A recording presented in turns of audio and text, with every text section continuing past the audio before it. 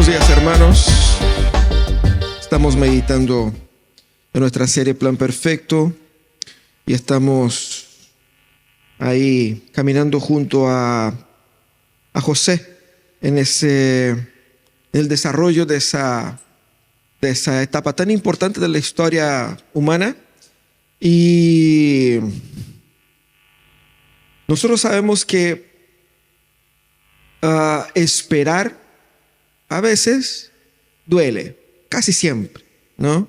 Somos nosotros muy inmediatistas. Nuestra cultura, sobre todo, es muy inmediatista. Yo creo que el avance de la tecnología haciendo con que todo funcionara muy rápidamente, nos acostumbramos a que todo tiene que ser cada vez más rápido.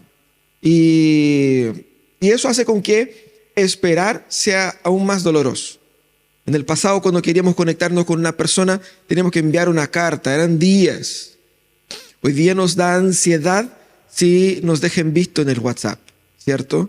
Entonces, esperar duele. Y muchas veces nosotros asociamos la velocidad de la respuesta,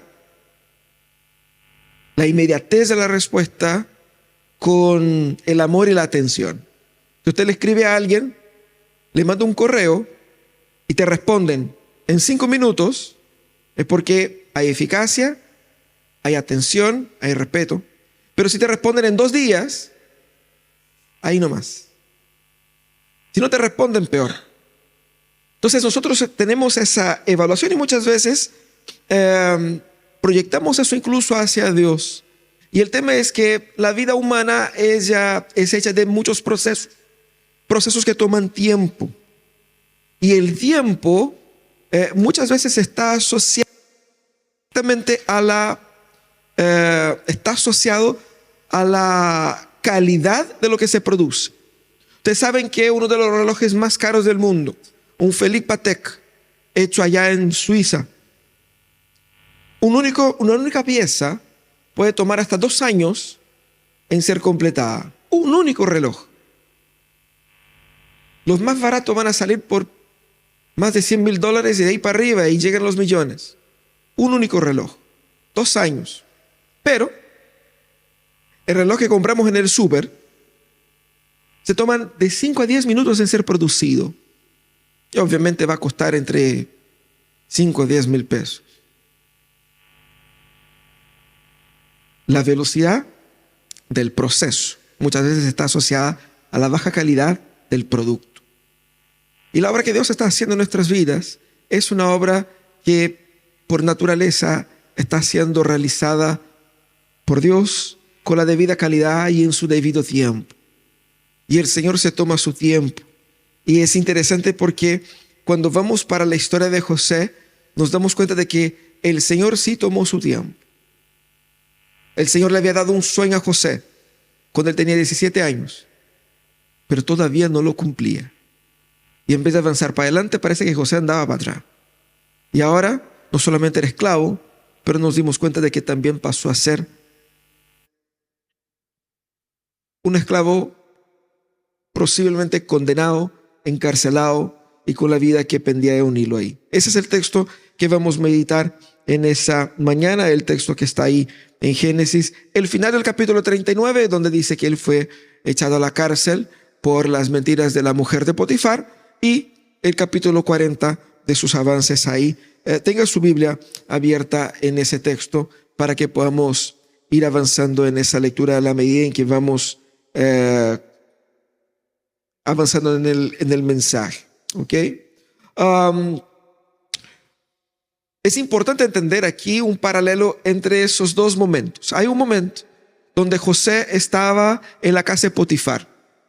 Y en ese momento vemos que el Señor lo bendijo, lo hizo prosperar, en el sentido de que él, siendo un inmigrante, un esclavo común y corriente, un joven, el Señor le bendijo de tal manera que él pasó a ser un importante siervo en la casa de Potifar. Pero también en ese mismo momento se desarrolla una tensión de él con la mujer de Potifar, donde él termina siendo humillado en la cárcel. El mismo patrón se repite el capítulo 40. Él es exaltado por Dios en la cárcel. ¿De qué manera? No solamente logrando el favor del carcelero, pero también y especialmente por medio del poder de Dios, por medio de él, para interpretar los sueños de las personas ahí. Pero termina el capítulo humillado en el olvido. Y ese paralelo es importante. Esas dos dinámicas se repiten especialmente acá, mostrando el proceso y el trabajo de Dios en la vida de José. Dios lo bendice, Dios dice yo estoy contigo, pero cuando parece que ese estoy contigo iba a resultar en soltura, en libertad, la cosa da para atrás. Fíjese los 4 momentos que tenemos en la vida de José. Ya hemos hablado sobre su momento en familia, pero estos 2 momentos que yo les mencioné están en la mitad del proceso de José. José en la casa de Potifar y José en la cárcel. Porque esos 2 momentos tienen en común exactamente todo el trabajo de Dios en el carácter de José, pero también todo el proceso de Dios para hacer con que José fuera quien Dios necesitaba y quería que él fuera cuando asumiera el puesto de número 2 en todo Egipto. Y ahí es donde termina la historia. Lo más interesante es que vemos en ese paralelo que cuando José estaba en familia y cuando José está en el trono, vemos ahí la promesa y el cumplimiento. Los sueños de que él sería importante y sus familiares se postrarían ante él. Y en el 4, el momento donde efectivamente él era importante y sus familiares se postraron ante él. Pero entre uno y otro está el proceso.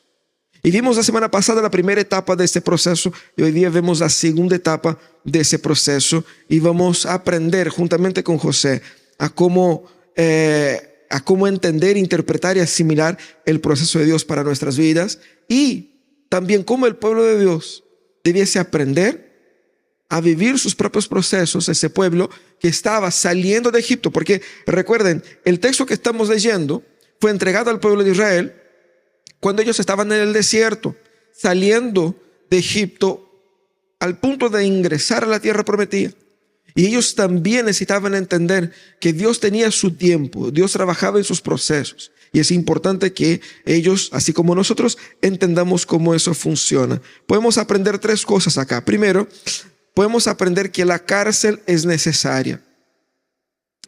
La necesidad de la cárcel es evidente acá. Vemos en el capítulo 39 que Dios hizo con que por medio de la acusación de la esposa de Potifar, José fuera echado a la cárcel, pero al final del capítulo dice que el Señor estaba con él. Ahí capítulo 39, versículo 21. Y el Señor estaba con él y no dejó de mostrarle su amor e hizo que se ganara la confianza del guardia de la cárcel. Entonces él estaba ahí y era necesario. Y todo eso, toda esa situación apunta hacia la providencia de Dios. Porque Dios había literalmente conducido José a la cárcel. Él no fue a la cárcel porque anduvo de carrete por ahí. Él no fue a la cárcel porque anduvo pecando por ahí. Él no fue a la cárcel por sus propios desajustes. Él terminó en la cárcel porque Dios trabajó todas las circunstancias para que él terminara ahí. Y es interesante porque José sabía que ese encarcelamiento era injusto. Él entendía la injusticia que él estaba viviendo. Pero él no sabía que ese encarcelamiento injusto era necesario para que Dios cumpliera el sueño que Dios había dado al inicio. Él no sabía eso, pero Dios sabía de eso. Y Dios estaba, efectivamente, la vida de José transformando mal en bien. Dios estaba coordinando todo y lo más interesante es que vemos en la historia del capítulo 40, Dios lo puso en la cárcel y también, coincidentemente, el copero y el panadero del rey habían hecho alguna cosa y terminaron en la cárcel, en la misma cárcel, en el mismo tiempo. Coincidentemente, tuvieron ambos sueños reveladores. Justo cuando estaba José, que era un hombre que tenía, por su experiencia con Dios, esa capacidad o esa habilidad o ese don, esa posibilidad de interpretar los sueños. Aquí vemos que obviamente nada es casualidad. Dios estaba coordinando todo para que todo calzara en su tiempo y en su momento. Y es importante que entendamos eso. El camino hacia la cárcel era necesario para que José llegara al trono. Pero eso se daría en el tiempo de Dios, no en el tiempo de José. En la voluntad de Dios, en el tiempo de Dios, en la dinámica de Dios. Por eso era necesario que el encuentro con el copero se diera ahí en ese instante. De misma forma, el pueblo de Israel que estaba leyendo esa historia, ellos debían confiar que Dios estaba guiando a todos ellos por ese desierto terrible, por ese momento de angustia terrible. Lo estaba haciendo porque era necesario que así fuera. Porque los judíos podían resentir de Dios y preguntar: Señor, ¿por qué 40 años y no 20? ¿Para qué tanto? No podemos llegar a la mitad, no podemos hacer un acuerdo. ¿Por qué tiene que ser así? ¿Por qué tanto sufrimiento? Y el Señor quería que el pueblo entendiese que si era 40 años, era porque 40 años era necesario. Los días malos no podían hacer a Israel dudar del amor y del buen plan que Dios tenía para ellos. Esa confianza del pueblo de Dios en Dios era necesaria. ¿Para qué? Para que ellos, fortalecidos con esa confianza, pudiesen avanzar a conquistar la tierra. Si usted lee ahí el final del libro de Deuteronomio, el inicio del libro de Josué, se va a repetir una y otra vez de Dios hacia Josué: sé fuerte, valiente, sé fuerte, valiente, sé fuerte, valiente. Yo me pregunto, ¿qué tan débil sería José o Josué para que Dios le dijera tantas veces? E incluso el mismo pueblo le dijo. No es porque Josué era débil o cobarde, sino que la tarea que tenía por delante era tremendamente complicada. No era una batalla. Era diversas ciudades, diversos pueblos, ejércitos enteros.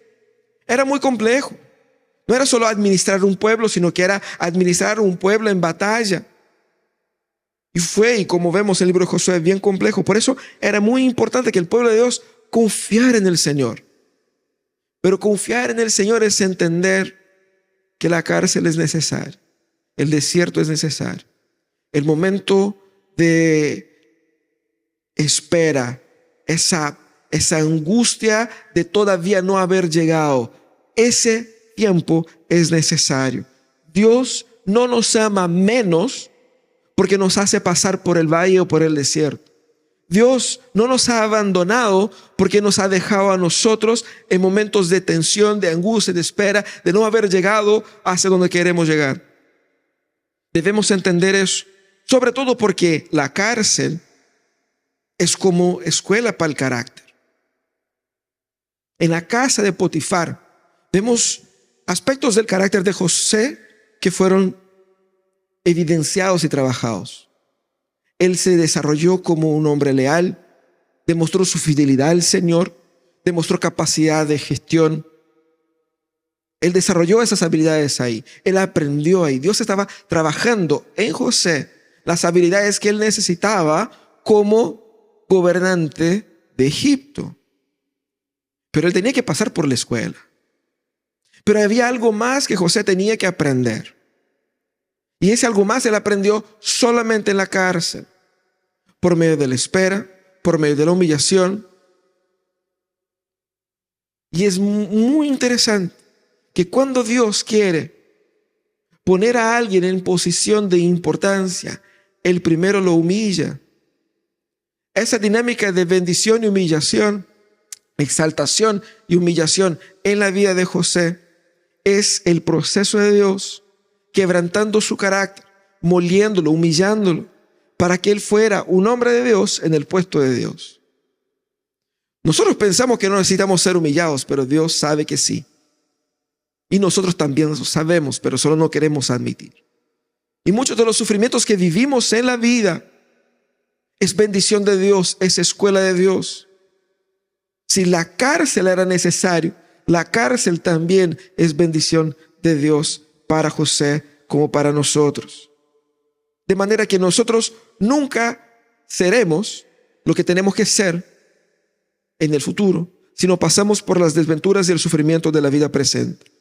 Por lo tanto, debemos confiar en el trayecto que Dios diseñó para su pueblo, en el trayecto que Dios diseñó para nosotros. Incluso cuando ese trayecto nos hace pasar por lugares difíciles, de momentos difíciles, tiempos difíciles, no podemos olvidarnos, porque en esos momentos el Señor está forjando nuestro carácter, el Señor nos está enseñando a esperar y el Señor nos está diciendo: confía en mí. Por lo tanto, la cárcel es absolutamente necesaria. Pero no solamente eso. Vemos aquí la importancia del testimonio. Porque ¿qué pasa aquí en este texto?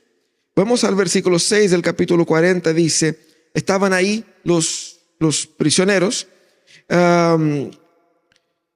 tanto el jefe de los coperos como el jefe de los panaderos, ¿cierto? Y el capitán de la guardia, versículo 4, le encargó a José que atendiera a esos funcionarios. Después de haber estado algún tiempo en la cárcel, una noche, los dos funcionarios, es decir, el copero y el panadero, tuvieron cada uno un sueño, cada sueño con su propio significado. A la mañana siguiente, cuando José fue a verlos, los encontró muy preocupados. Por eso preguntó a los oficiales del faraón que estaban con él en la prisión: ¿por qué andan tan cabizbajos? Los dos tuvimos un sueño, respondieron, y no hay nadie quien los interprete. ¿Acaso no es Dios quien le da la interpretación?, preguntó José. ¿Por qué no me cuentan lo que soñaron?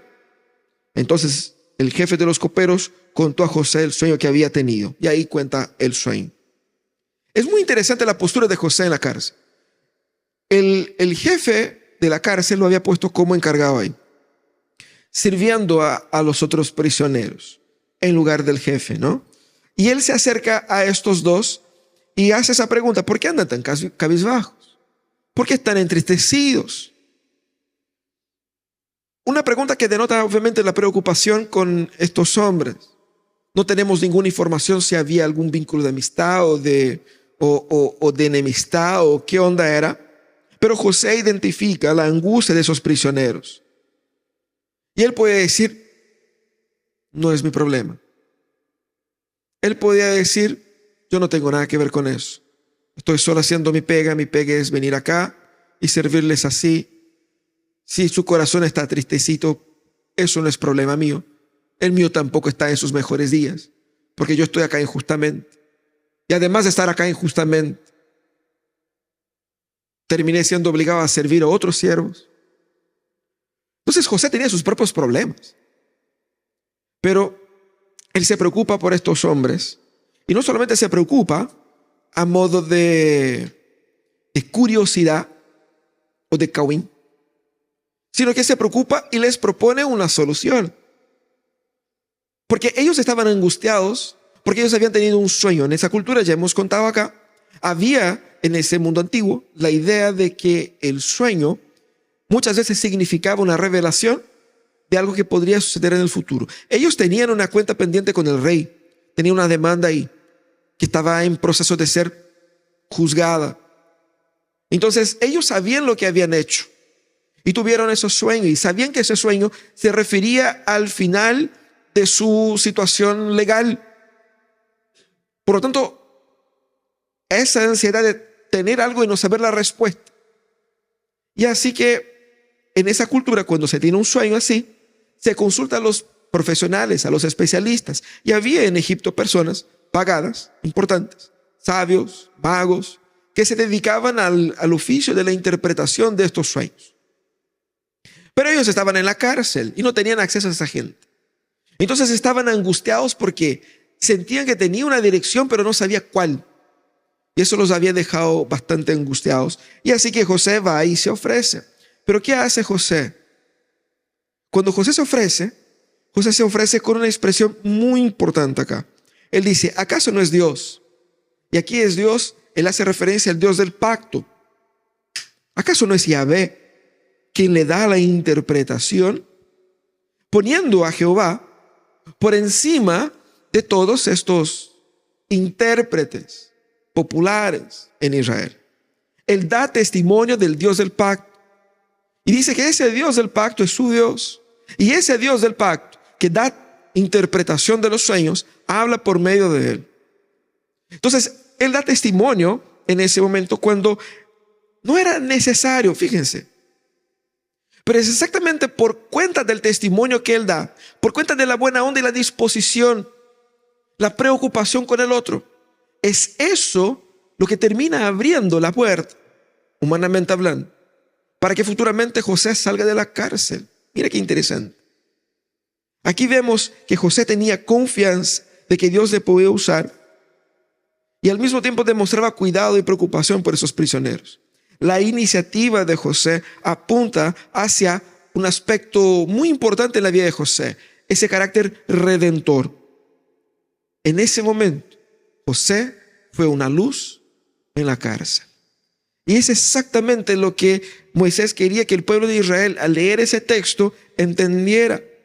Que el pueblo de Israel debía dar testimonio para las naciones.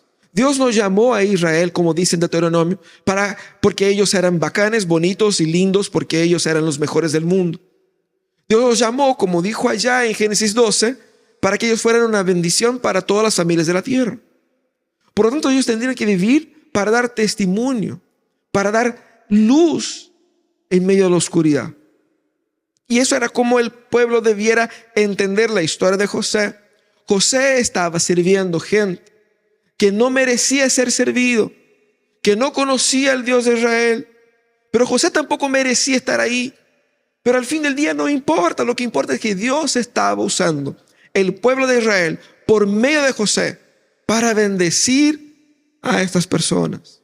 De la misma manera, el pueblo debiese entender su vocación y su lugar en el mundo para bendecir a las naciones, no para retirarse de medio de los pueblos, ni para imponerse como un imperio cualquiera por sobre todos los pueblos, sino que por medio del testimonio de quién es Dios, llevase Dios al mundo.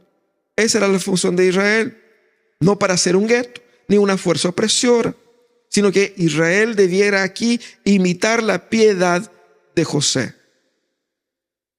que podía decir: yo sí tengo acceso al Dios que revela los sueños, así cuéntamelos. Y al mismo tiempo la generosidad de José, que se preocupa de aquellos que estaban en necesidad, para hacer ver a Dios majestuoso por sobre todos los dioses. De misma forma, nosotros somos llamados a ser luz. Ser luz es dar testimonio de la vida que nosotros tenemos en Dios. Ser luz es ver la angustia ajena y entender que eso también es problema mío.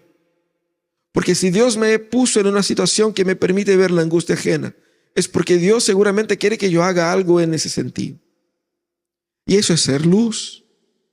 Nosotros somos luz cuando somos boca de Dios. Somos luz cuando somos instrumentos de Dios. Somos luz cuando nosotros como comunidad vivimos con integridad el evangelio. No para nosotros y solamente entre nosotros, no en la privacidad de nuestras vidas, sino que públicamente y para el otro. El cristianismo es para ser vivido para el bien de los no cristianos. Para eso es que Dios te bendice. Para eso es que tienes que leer la Biblia y orar. Para que Dios te use para dar luz a los que están en tinieblas. Porque si no fuera así, sería algo extremadamente arrogante y orgulloso de tener a Dios para mí, por mí, para que yo me salve al fin del día. No es para eso que Dios te salvó.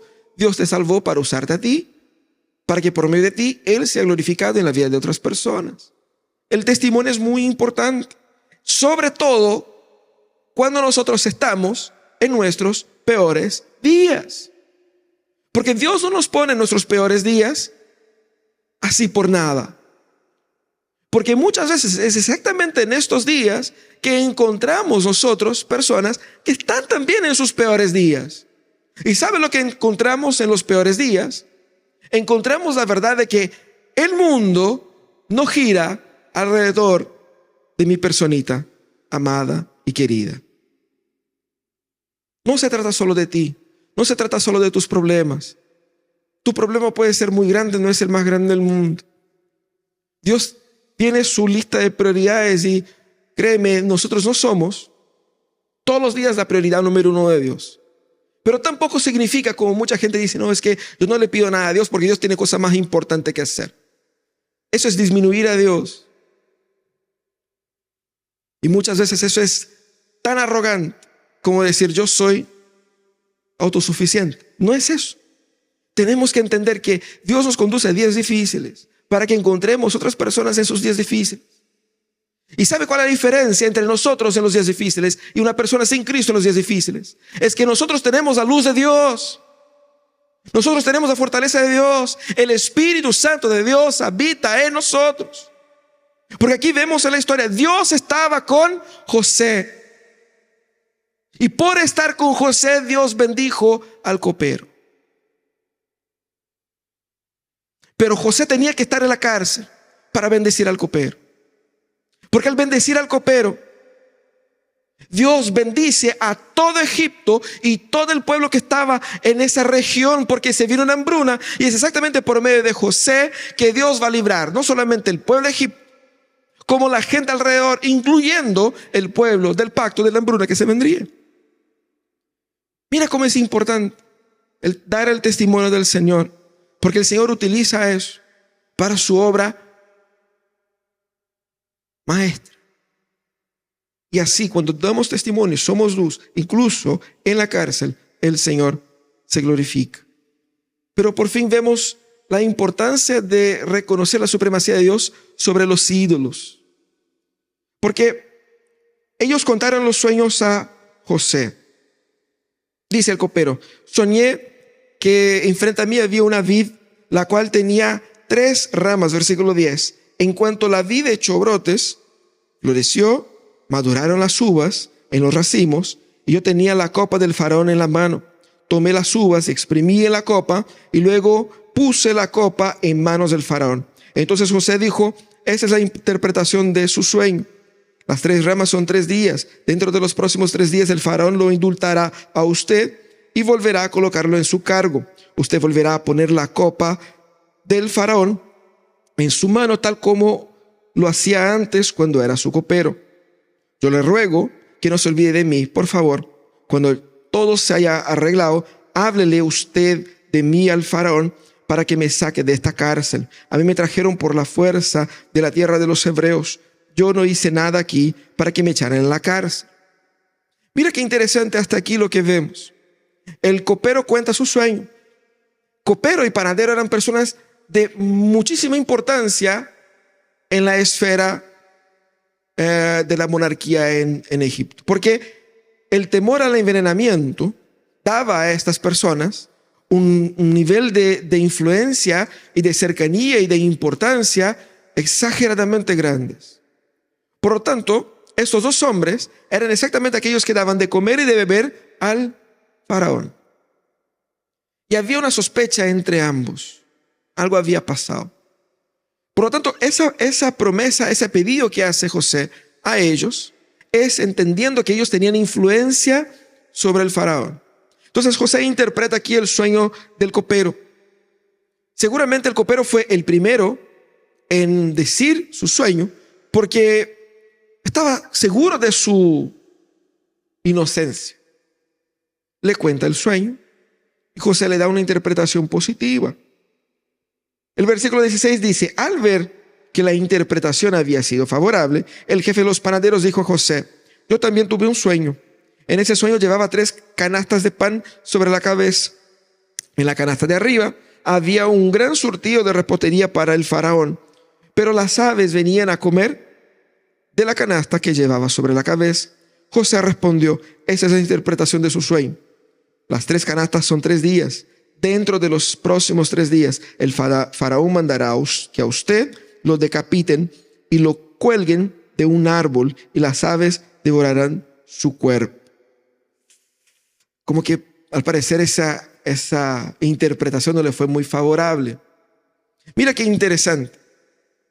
Estos hombres confiaban en intérpretes, magos, gente que se movía con artes oscuras para interpretar esos tipos de sueños. Y lo que Dios está haciendo acá es un adelanto de lo que va a hacer con José, o más bien con Moisés, en Egipto, cuando va a avergonzar a los sabios, a los magos y a los videntes. Porque aquí José, cuando da la primera interpretación, es una interpretación positiva. Y uno va a decir, bueno, a lo mejor diría cualquier cosa con tal de agradar a las personas que lo escuchan. ¿Quién sabe si es verdadero o no? Pero José se la jugó acá y le dijo, mira, vas a pasar eso y eso. Cuando pase, usted se acuerde de mí. Y le hace su pedido. El otro, que probablemente tenía culpa, escucha esa narrativa y José le habló bien de él, seguramente puede hablar bien de mí también. Se anima, le cuenta, pero ahí está el punto. Mira el valor que tuvo que tener José al decirle a un hombre que en 3 días el rey lo va a decapitar y lo va a empalar a usted para que sea públicamente humillado y expuesto entre todo el pueblo. ¿Cómo le digo eso? No sé cuántos de ustedes, pero muchas personas tienen dificultad en decir palabras duras a otras, ¿no? Aquí al parecer José fue muy transparente y se lo dijo de una. Con eso, ¿qué es lo que estaba haciendo José? Mostrando que esa habilidad de revelar o de traducir los sueños era algo poderosísimo que venía de lo alto y que no se trataba de una estrategia de buen vecindario o una estrategia para salir de la cárcel solamente. O no era algo para animarles, era el poder de Dios. ¿Y cómo sabemos que era el poder de Dios? Versículo 20, en efecto, 3 días después, el faraón celebró su cumpleaños y ofreció una gran fiesta para todos sus funcionarios, y en presencia de estos mandó sacar de la cárcel al jefe de los coperos y al jefe de los panaderos. Al jefe de los coperos lo restituyó a su cargo para que una vez más pusiera la copa en manos del faraón. Eso era grandioso, no solamente porque cumplía todo lo que José había dicho, sino que porque era una demostración de honor, de respeto, de reconocimiento a ese hombre que había sido humillado y ahora estaba siendo exaltado. José lo dijo tal y cual las cosas iban a suceder. Y aquí vemos el texto diciendo, sin embargo, el jefe de los coperos, un poco antes, pero tal como había predicho José, al jefe de los panaderos lo mandó que lo ahorcaran. Tal cual. Aquí vemos, el pueblo de Israel estaba leyendo eso y estaba aprendiendo que Dios, Jehová, es superior a los encantamientos de los magos, de los adivinos, de los sabios. Dios es superior por todo eso. Y la pregunta es, ¿qué ellos podían hacer? El pueblo de Israel podía preguntarse, ¿de dónde viene la respuesta correcta? El pueblo en el desierto, el pueblo ingresando a la tierra prometida, estaba a todo momento siendo acechado por los ídolos de sus contextos cercanos. Porque ellos veían en los pueblos alrededor de ellos que cuando ellos tenían hambrunas, ellos hacían sacrificios al Dios de las plantaciones y de vez en cuando les funcionaba. Ellos aprendían que cuando les iba mal en la familia, ellos hacían sacrificios al Dios tal y les iba bien y nacían hijos. Y ellos empezaron a entender que era posible encontrar respuestas para sus problemas en los ídolos paganos. Dios estaba mostrando aquí una y otra vez que solo en Él hay una respuesta definitiva y no en los falsos maestros o profetas o ídolos de las culturas alrededor. Solo Dios es el que tiene la respuesta definitiva.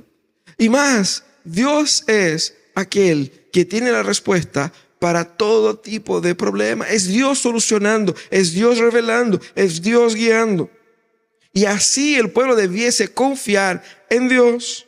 Pero fíjate que nosotros muchas veces tenemos a Dios como el Dios únicamente de las cosas religiosas. Y para las cosas no religiosas tenemos otro Dios, otra fuente de verdad, otra fuente de respuesta. Y nos acomodamos con ese dualismo que nos permite escuchar a Dios solamente para temas religiosos y morales, pero todo lo que tenga que ver con temas sociales, con temas públicos, con temas familiares incluso, lo tratamos desde otras fuentes. Porque pensamos que como que no hay respuestas claras en Dios para estos temas. Dios es un poco limitado para hablar de ese tipo de problema. Así que necesito de otras voces. Y así como el pueblo de Israel hacía en el pasado, buscamos en otros ídolos, pero no los llamamos así. Podemos llamar la fe en la ciencia, la fe en el progreso, como la expresión de la idolatría contemporánea, o la fe en uno mismo, la fe en su propia capacidad, como la marca de la idolatría contemporánea. Pero Dios una y otra vez humilla y quebranta nuestros ídolos. Fíjense la historia. Fíjense la historia. Si la historia no es Dios una y otra vez destruyendo imperios, una y otra vez deshaciendo verdades absolutas que nos fueron entregadas por los expertos. Estudios y estudios hicieron y hablaron y definieron tales verdades. Y de repente otros mismos estudios vienen y dicen, no, eso era todo mentira. Y nosotros nos quedamos con cara así como que toda la vida yo creí que el café me hacía mal. Y ahora viene un estudio y dice que hace bien. Y mañana me va a decir que hace mal de nuevo. Pero no se trata del café. Se trata de cosas más importantes de la vida. No estamos escuchando a Dios. No queremos escuchar a Dios. Queremos escuchar a los sabios de nuestro mundo. No es que Dios no pueda y no use la sabiduría humana. Pero yo tengo que entender que siempre tiene que ser en Dios, desde Dios, la verdad que guía y define mi vida. Por lo tanto, Dios acá es más glorificado en la vida de su pueblo. Cuando su pueblo, guiado por la palabra, guiado hacia la palabra, lleno del Espíritu Santo, no desiste de querer escuchar la dirección de Dios para todas las cosas. Fíjense que muchas veces cuando tenemos una decisión que tomar, pensamos, analizamos, evaluamos y por último oramos. Como si la oración fuera así como para cerrar. Si no tengo nada más que hacer, si no tengo ninguna otra cosa que solucionar, pido a Dios. Pero no hemos pedido a Dios por las cosas más básicas. No hemos pedido a Dios por las cosas que sí queremos. No hemos pedido a Dios, no hemos consultado a Dios, no hemos buscado a Dios. De forma verdadera, de forma concreta, de forma literal. Incluso cosas que son obvias. Yo estaba pensando en el tema del living abierto. Y qué bueno que vinieron varias personas, algunas personas respondiendo el formulario. Y yo quedé contento de que, pucha, qué bueno que hubo alguna interacción. Ojalá hubiese tenido más. Y créeme, yo le escuché al Señor diciendo, pero ¿por qué no pediste más? No lo pediste. Nosotros pedimos, Señor, bendice el evento, bendice la música.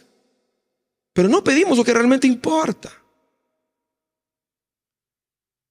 Dios es más glorificado cuando nosotros pedimos conscientes de que Él sí puede dar. Por lo tanto, debemos permitir que Dios sea glorificado en nuestras vidas, confiando en su palabra. Y como vemos acá, la palabra de Dios se cumple. Ahora, hermanos, tenemos que aprender a respetar el proceso. Tenemos que aprender a respetar los tiempos de Dios. Por lo tanto, primero, sea agradecido por los tiempos difíciles que están viviendo. Sea agradecido por las presiones, por las angustias, por las dificultades. Sean agradecidos por no haber llegado al destino final. Y les cuento algo.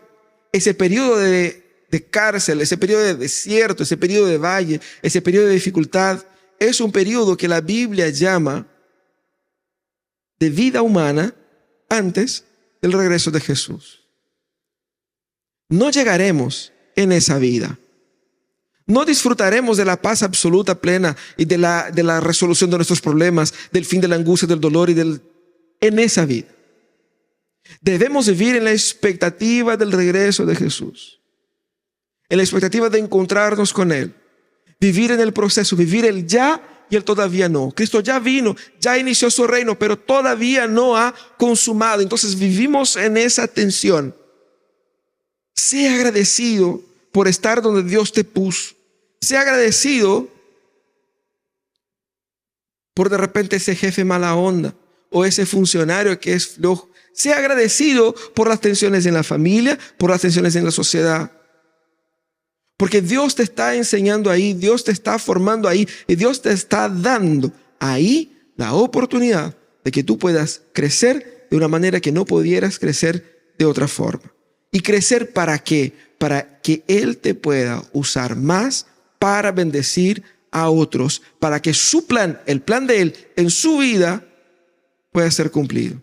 Para eso existimos.